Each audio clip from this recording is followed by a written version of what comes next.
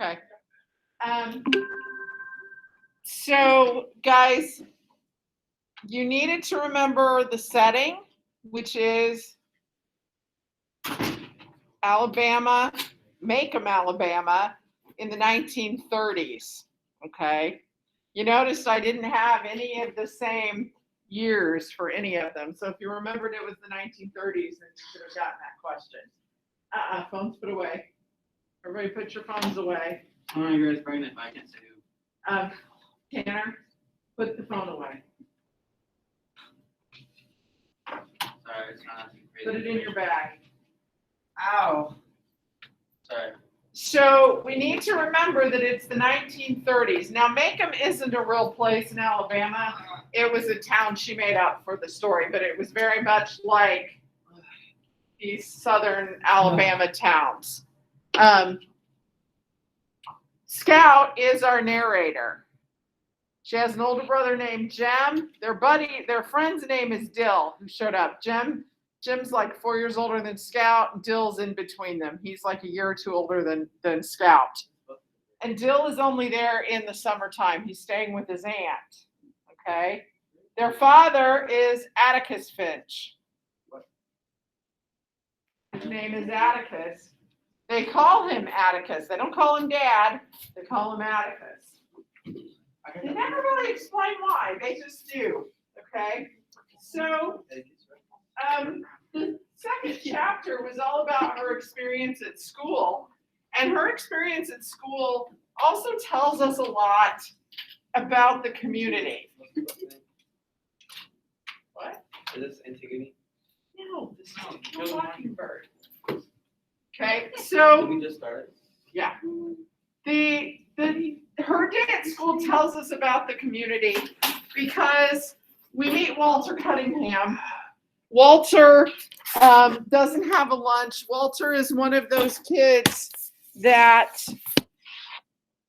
is from a farming family, the small farms, and they could provide food for themselves most of the time, not enough apparently for him to bring his own lunch. They also didn't have shoes. And when the teacher loans him a quarter and says, you can pay me back tomorrow, he's refusing because, I know this wasn't on your quiz, but he's refusing because he can't pay it back, and his family never borrows money. Okay? Yes. I said yes. I know. So don't make a big deal out of it. Just go do it.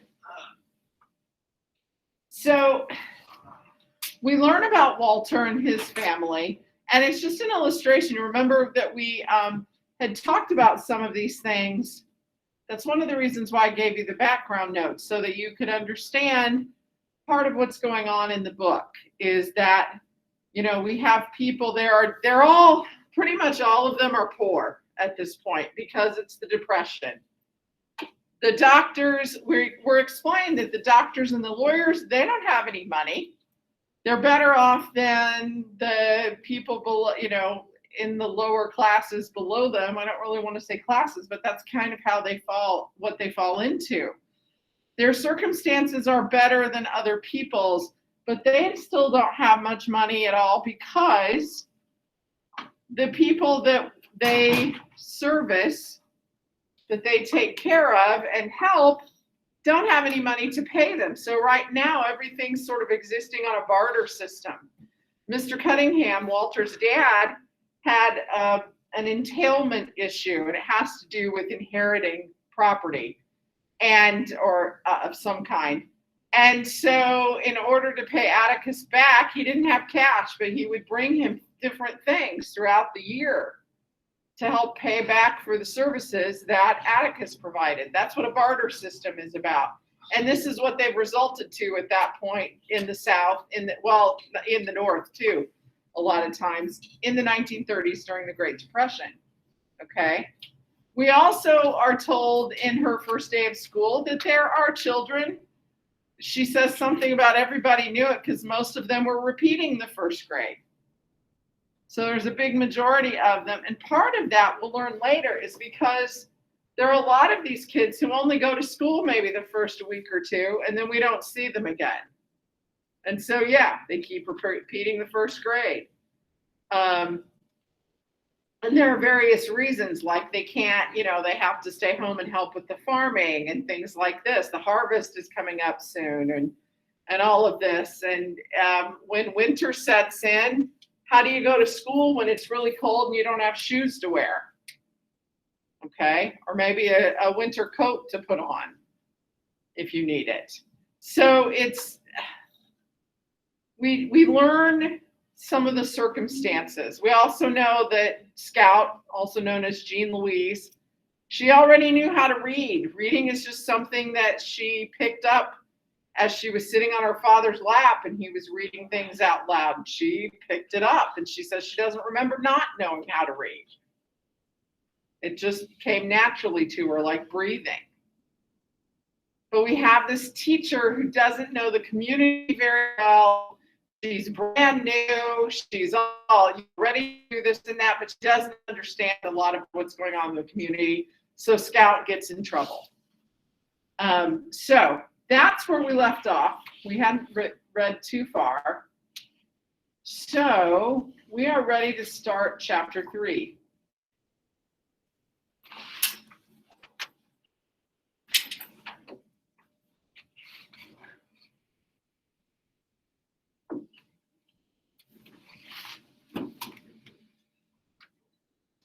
So here's what happens now. This is the second half of her day, and we're going to learn a little bit more about the community and the time period.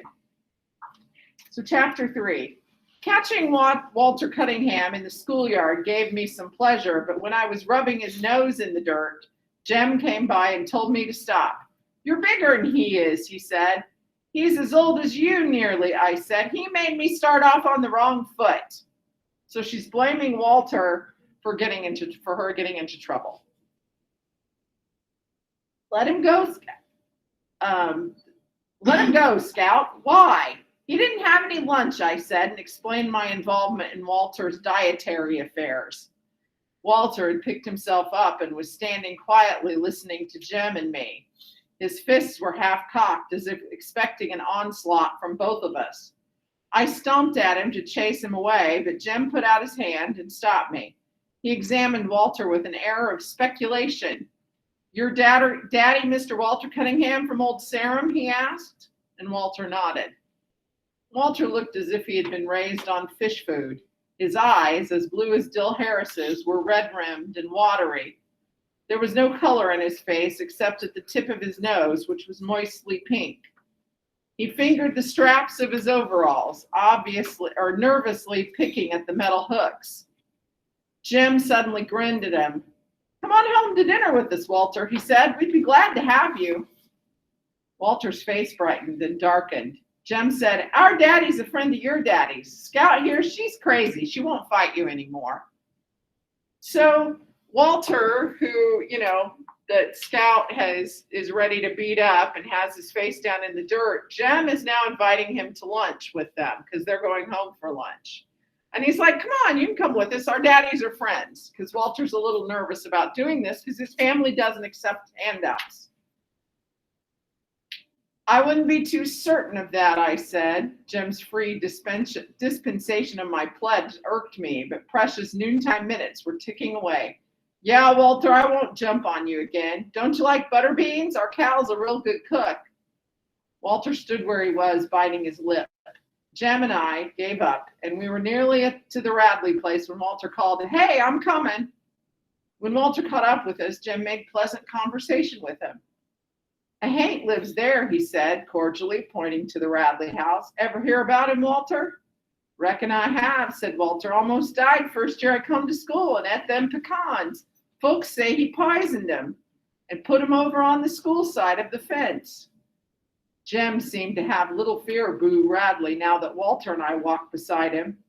Indeed, Jem grew boastful. I went all the way up to the house once, he said to Walter. Anybody who went up to the house once ought to not to still run every time he passes it, I said to the clouds above. And who's running, Miss Priss? You are when ain't nobody with you. By the time we reached our front steps, Walter had forgotten he was a Cunningham. Jim ran to the kitchen and asked Calpurnia to set an extra plate. We had company. Atticus greeted Walter and began a discussion about crops neither Jim nor I could follow.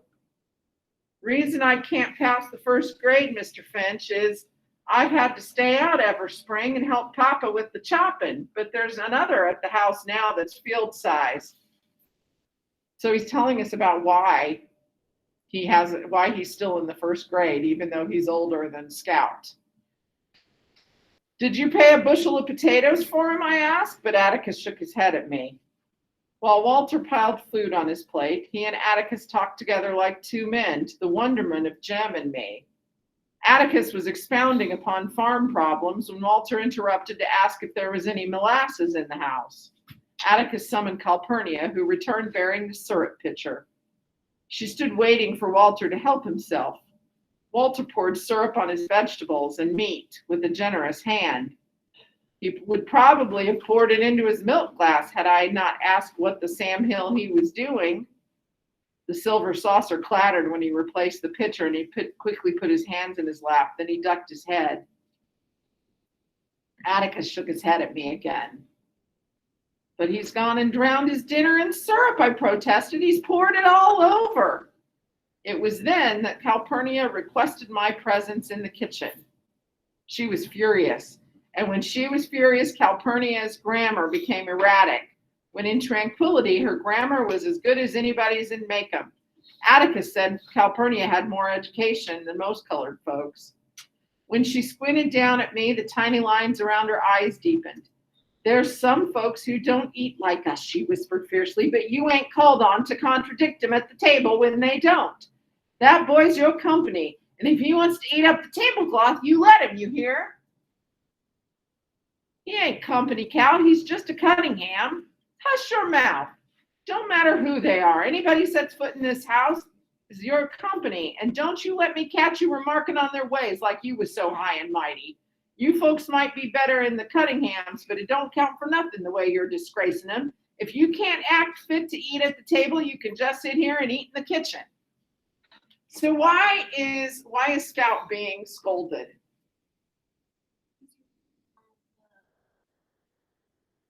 Walter? Yeah, I mean, she wasn't intending to make fun of him, but she made him feel bad because she's criticizing, well, what are you doing that for? Because he was pouring molasses all over his food. I mean, guys, I like molasses or syrup with my pancakes, and my waffles, but do you put it on like meatloaf or you don't like syrup at all? Okay. Well, now that, and maybe with some bacon or sausage might be nice. Yes. Okay. No. But No. Syrup with the salty bacon and sausage or the scrambled eggs. Yeah, it's nice. Yeah, it is. It really is. But he would pour it on his vegetables. He poured it on everything. Anybody know why? But he likes syrup. Ethan? Because he's not used to having sugar. Okay. I understand why you would, because that would make sense. Here's really why. Molasses was something his family had. They would probably farm it themselves. They have their own trees where they could get molasses. That was easy for them. Or honey or something like that. They may have bees and things like that. However, the food that they would probably eat was probably pretty gamey tasting. Not always the best flavor. I mean, they're probably eating squirrel and things like this. And so to make it taste okay, they'd pour syrup on it. And that's what he was used to. Kind of like, okay, my mother used to make liver sometimes when I was a kid. And because my dad liked liver, it was supposed to be good for you. A lot of iron in liver, okay? And my sister and I never liked it, but we had to eat our liver.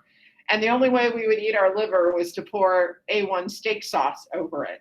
It's the only way we could get it down was with the A1 steak sauce. So if you think in those terms, the molasses makes sense. Okay, hey, Madison, put the phone away. Thank you.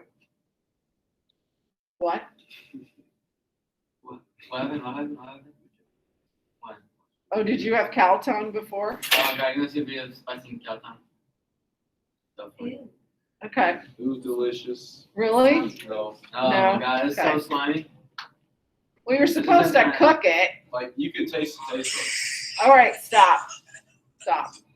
Well, actually, that happened to me when I was a kid. I went out, it was Christmas Eve at my aunt's, and I came into the kitchen, and two of my cousins are like, here, tell us if you think this roast beef is too salty. Because it was cooked, looked just like roast beef. And I'm like, okay. I'm like, yeah, it's okay. And then they tell me, it's cow tongue. And I'm like, what? You know, because it just grossed me out that that's what I was eating. But yeah, so this is why Walter pours syrup on everything, because he's used to having to hide the flavor. And so that's just what he was used to. So he was used, I know. But yeah, so and Calpurnia is teaching her a lesson in how you treat people. It doesn't matter their standing in life. It doesn't matter, whether you think you're better than they are or not.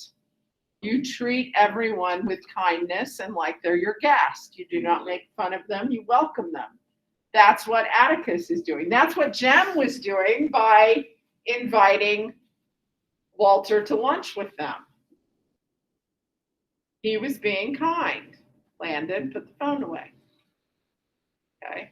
All right. So continuing on. So Scout's in the kitchen eating. Calpurnia sent me through the swinging door to the dining room with a stinging smack.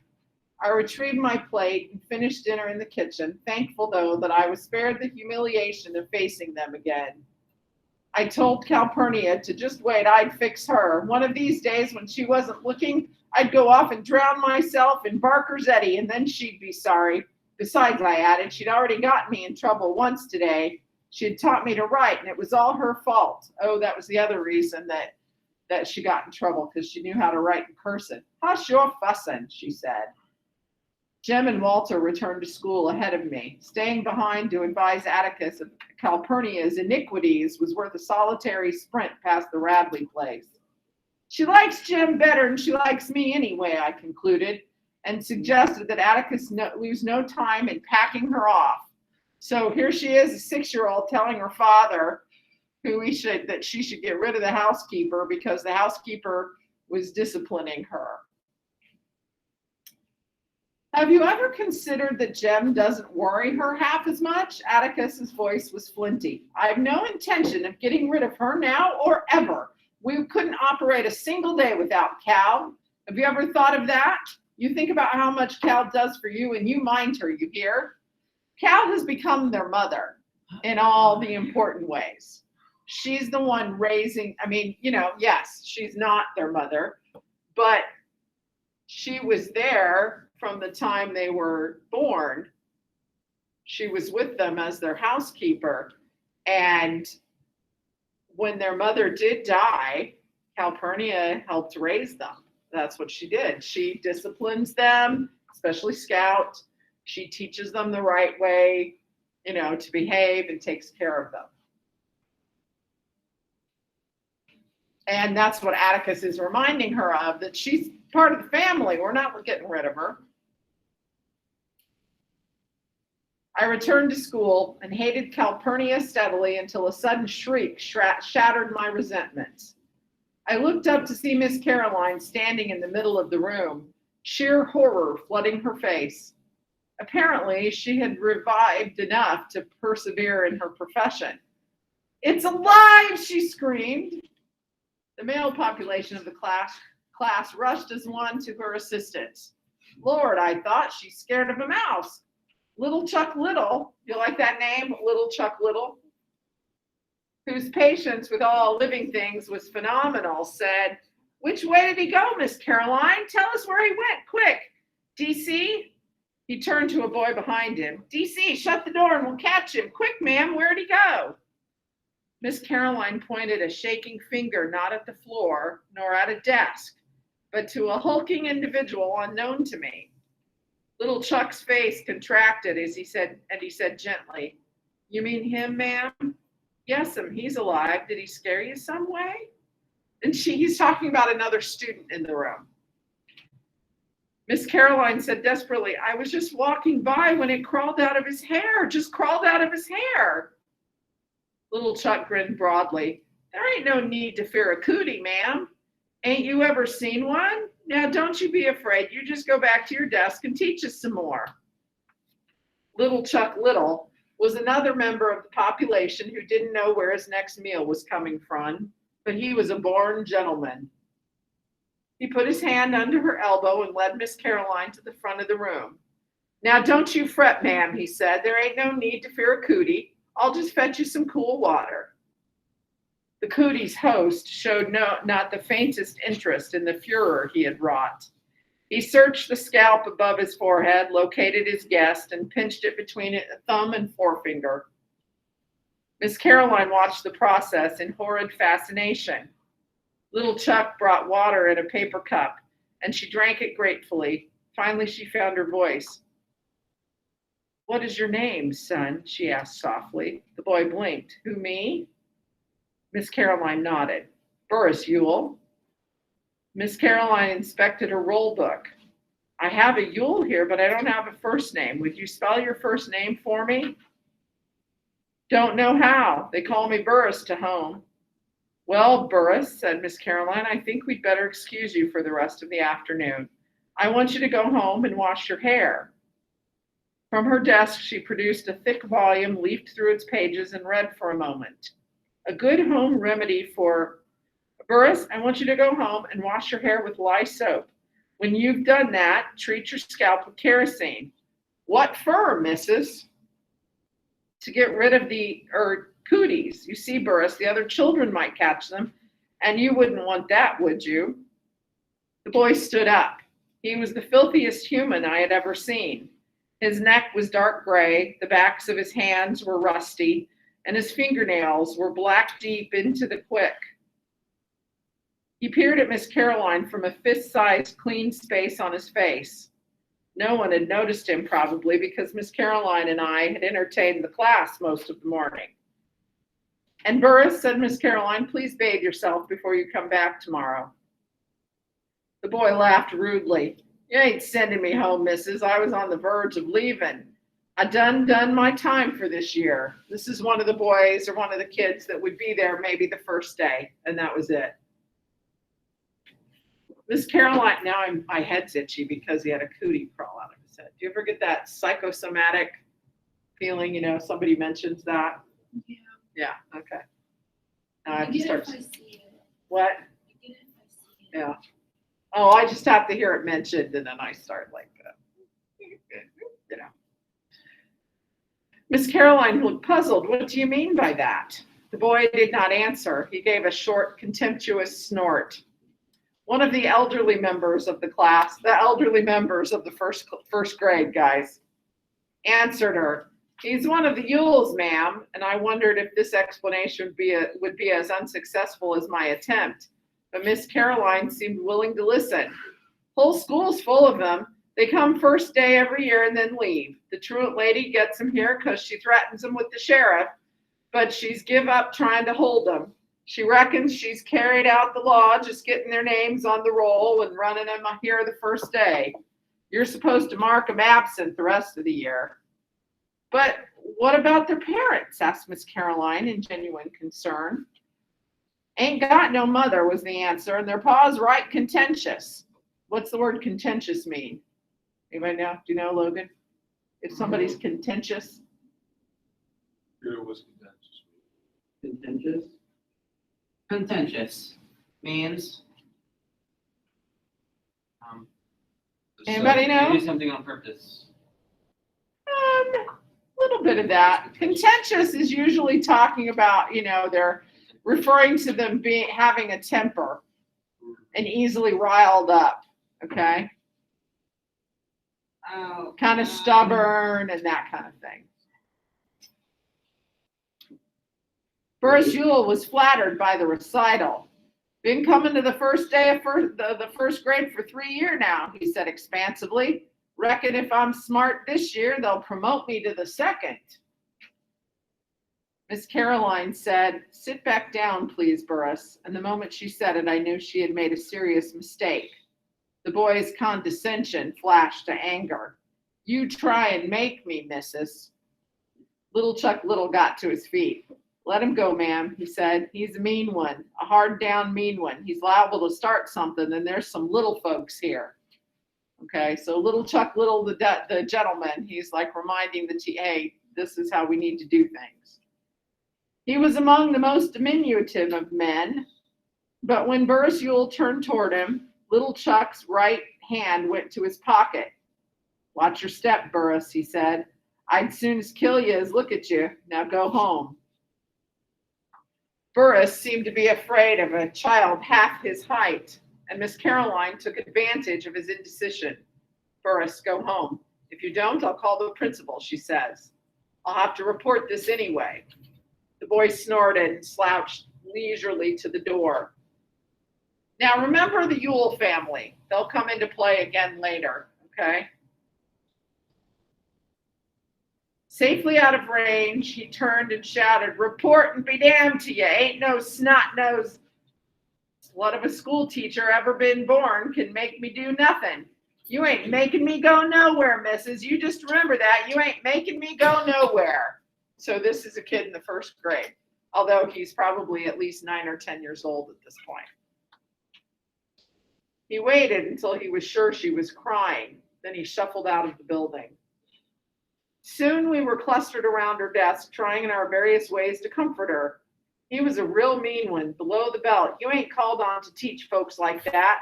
Them ain't Makeham's ways, Miss Caroline, not really. Now don't you fret, ma'am. Miss Caroline, why don't you read us a story? That cat thing was real fine this morning." Miss Caroline smiled, blew her nose, said, "Thank you, darlings," dispersed us, opened a book, and mystified the first grade with a long narrative about a toad frog that lived in a hall. When I passed the Radley place for the 4th time that day, twice at a full gallop, my gloom had deepened to match the house. If the remainder of the school year were as fraught with drama as the first day, perhaps it would be mildly entertaining, but the prospect of spending 9 months refraining from reading and writing made me think of running away. By late afternoon, most of my traveling plans were complete. When Jem and I raced each other up the sidewalk to meet Atticus coming home from work, I didn't give him much of a race. It was our habit to run to meet Atticus the moment we saw him round the post office corner in the distance. Atticus seemed to have forgotten by my noontime fall from grace. He was full of questions about school. My replies were monosyllabic, and he did not press me. Perhaps Calpurnia sensed that my day had been a grim one. She let me watch her fix supper. "Shut your eyes and open your mouth, and I'll give you a surprise," she said. It was not often that she made crackling bread. She said she never had time, but with both of us at school today had been an easy one for her. She knew I loved crackling bread. "I missed you today," she said. "The house got so lonesome long about 2 o'clock I had to turn on the radio." "Why? Jem and me ain't ever in the house unless it's raining." "I know," she said, "but one of you's always in calling distance. I wonder how much of the day I spend just calling after you." "Well," she said, getting up from the kitchen chair, "it's enough time to make a pan of crackling bread, I reckon. You run along now and let me get supper on the table." Calpurnia bent down and kissed me. I ran along, wondering what had come over her. She had wanted to make up with me, that was it. She had always been too hard on me. She had at last seen the error of her fractious ways. She was sorry and too stubborn to say so. I was weary from the day's crimes. Do you think that was it? That she was? No. But she understood that it was a hard day for Scout. What? How do you spell naive? N-I-E-V-E. But kind of strong. N-I-A. N-I-A. Yeah. After supper, Atticus sat down with the paper and called, "Scout, ready to read?" The Lord sent me more than I could bear, and I went to the front porch. Atticus followed me. "Something wrong, Scout?" I told Atticus I didn't feel very well and didn't think I'd go to school anymore if it was all right with him. Atticus sat down in the swing and crossed his legs. His fingers wandered to his pocket watch. He said that was the only way he could think. He waited in amiable silence, and I sought to reinforce my position. You never went to school, and you do all right, so I'll just stay home too. You can teach me like Granddaddy taught you and Uncle Jack. No, I can't, said Atticus. I have to make a living. Besides, they'd put me in jail if I kept you at home. Dose of magnesia for you tonight and school tomorrow. I'm feeling all right, really. Thought so. Now what's the matter? Bit by bit, I told him the day's misfortunes. And she said, you taught me all wrong, so we can't ever read anymore, ever. Please don't send me back. Please, sir. Atticus stood up and walked to the end of the porch. When he completed his examination of the wisteria vine, he strolled back to me. First of all, he said, if you can learn a simple trick, Scout, you'll get along a lot better with all kinds of folks. You never really understand a person until you consider things from his point of view. Sir? Until you climb into his skin and walk around in it. Atticus said I had learned many things today, and Miss Caroline had learned several things herself. She had learned not to hand something to a Cunningham, for one thing. But if Walter and I had put ourselves in her shoes, we'd have seen it was an honest mistake on her part. We could not expect her to learn all Makeham's ways in one day, and we could not hold her responsible when she knew no better. I'll be dogged, I said. I didn't know no better than not to read to her, and she held me responsible. Listen, Atticus, I don't have to go to school. I was bursting with a sudden thought. Burris, you'll remember, he just goes to school the first day. The truant lady reckons she's carried out the law when she gets his name on the roll. You can't do that, Scout, Atticus said. Sometimes it's better to bend the law a little in special cases. In your case, the law remains rigid. So to school you must go. I don't see why I have to when he doesn't. Then listen. Atticus said the Yules had been the disgrace of Macomb for 3 generations. Now this is important background information about a family. None of them had done an honest day's work in his recollection. He said that some Christmas, when he was getting rid of the tree, he would take me with him and show me where and how they lived. They were people, but they lived like animals. They can go to school anytime they want to when they show the faintest symptom of wanting an education, said Atticus. There are ways of keeping them in school by force, but it's silly to force people like the Yules into a new environment. If I didn't go to school tomorrow, you'd force me to.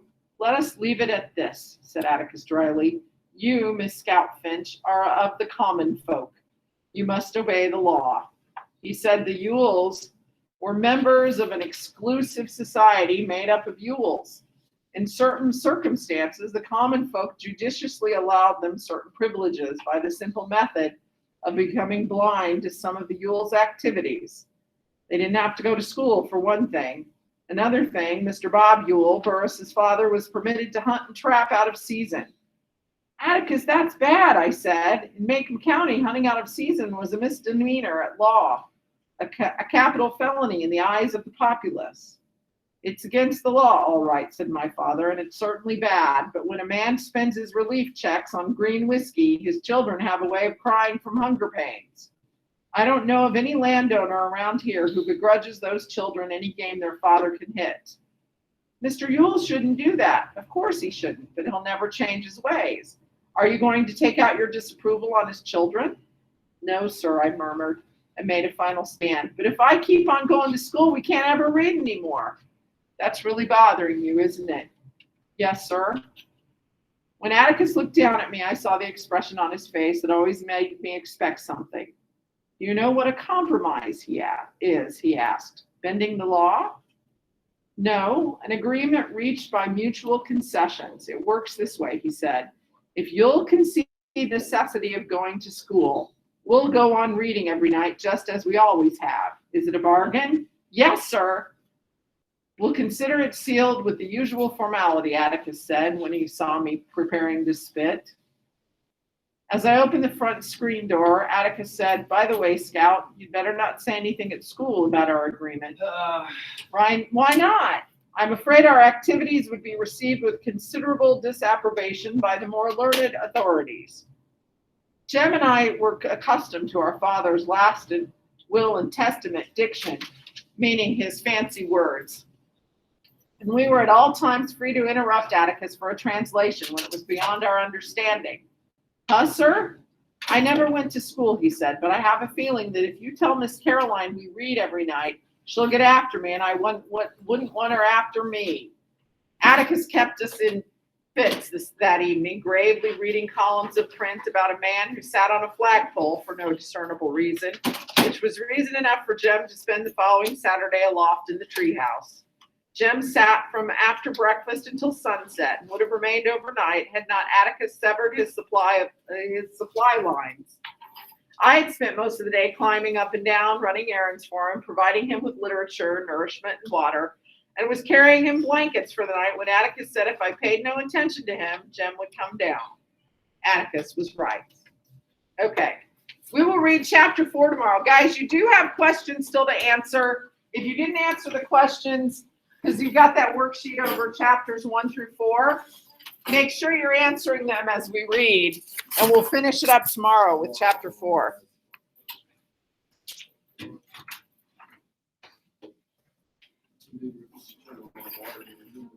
Okay, you guys may go. Oh, that, so that. Maybe you got that.